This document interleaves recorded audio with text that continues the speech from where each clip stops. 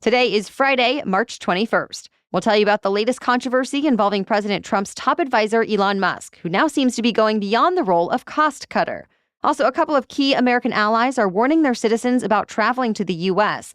We'll explain. Plus, theories as to why the U.S. is falling in the happiness ratings. How the federal government is now handling a rash of attacks on Teslas and a record-breaking sale that shocked the sports world. Those stories and even more news to know coming up. Welcome to The Newsworthy. All the day's news in around 10 minutes. Fast, fair, fun, and on the go. I'm Erica Mandy. Thanks so much for being here. You ready? Let's do this. Today, the Pentagon is set to give an unusual briefing that's already sparking backlash even before it happens. The New York Times cites sources who say the Pentagon is briefing Elon Musk about the U.S. military's plan for war in case a conflict were to break out with China. The report says the briefing will cover what targets to hit over what time period and more. But last night on Truth Social, President Trump said the report wasn't true, that China won't even be mentioned.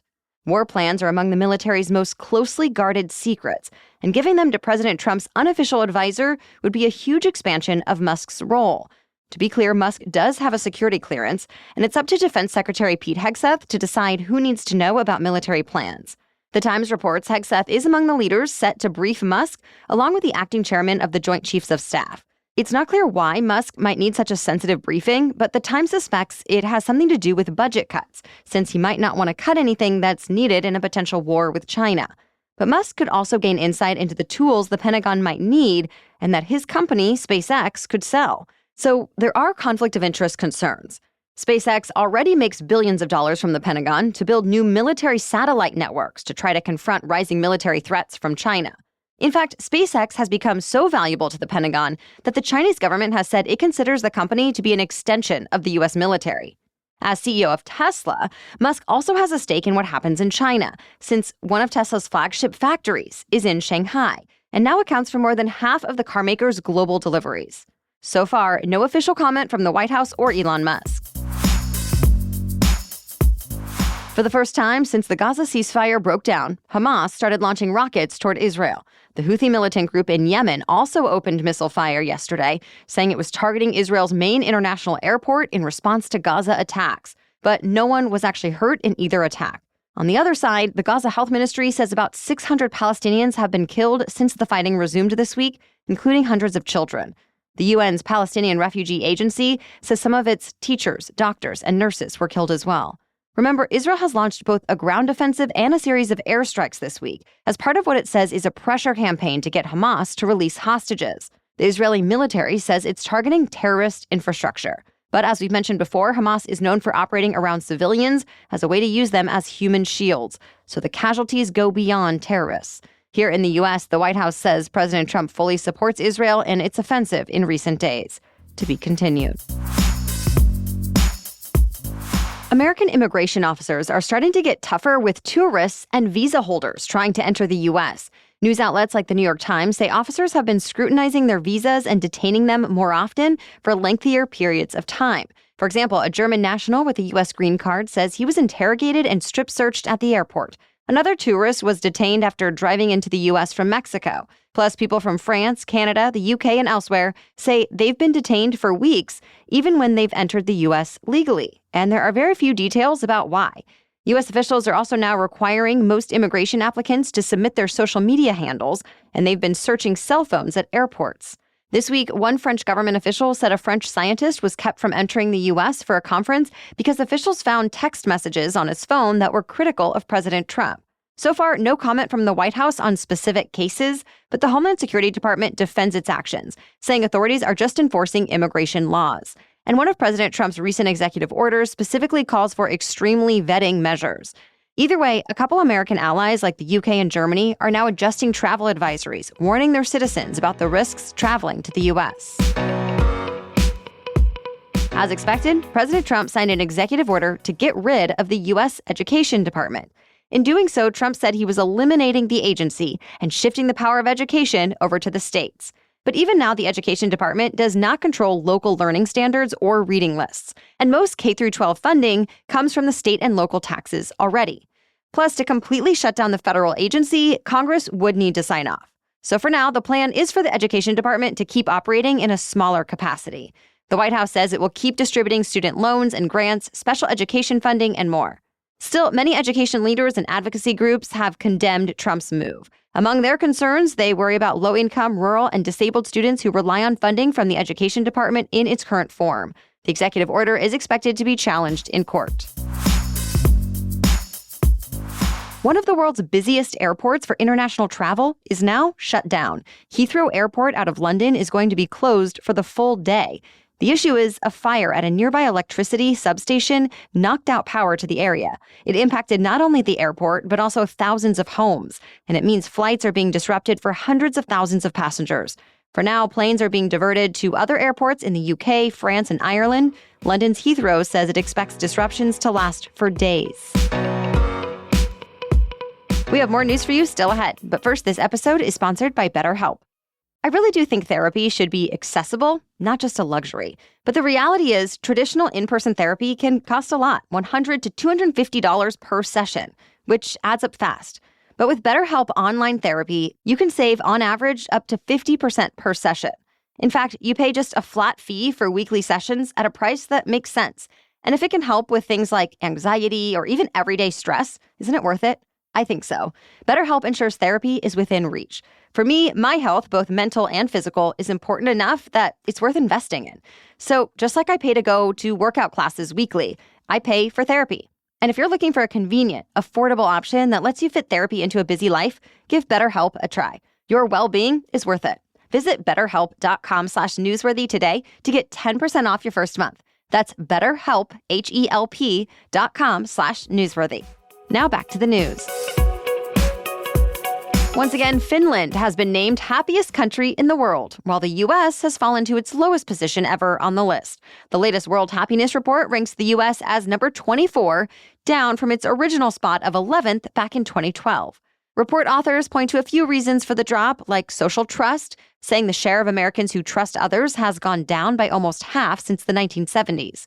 It also talks about social isolation, noting how a recent U.S. government survey found a quarter of Americans reported eating all of their meals alone the previous day. Finland's ambassador to the U.S. says she can see a difference between the Finns and the Americans as well.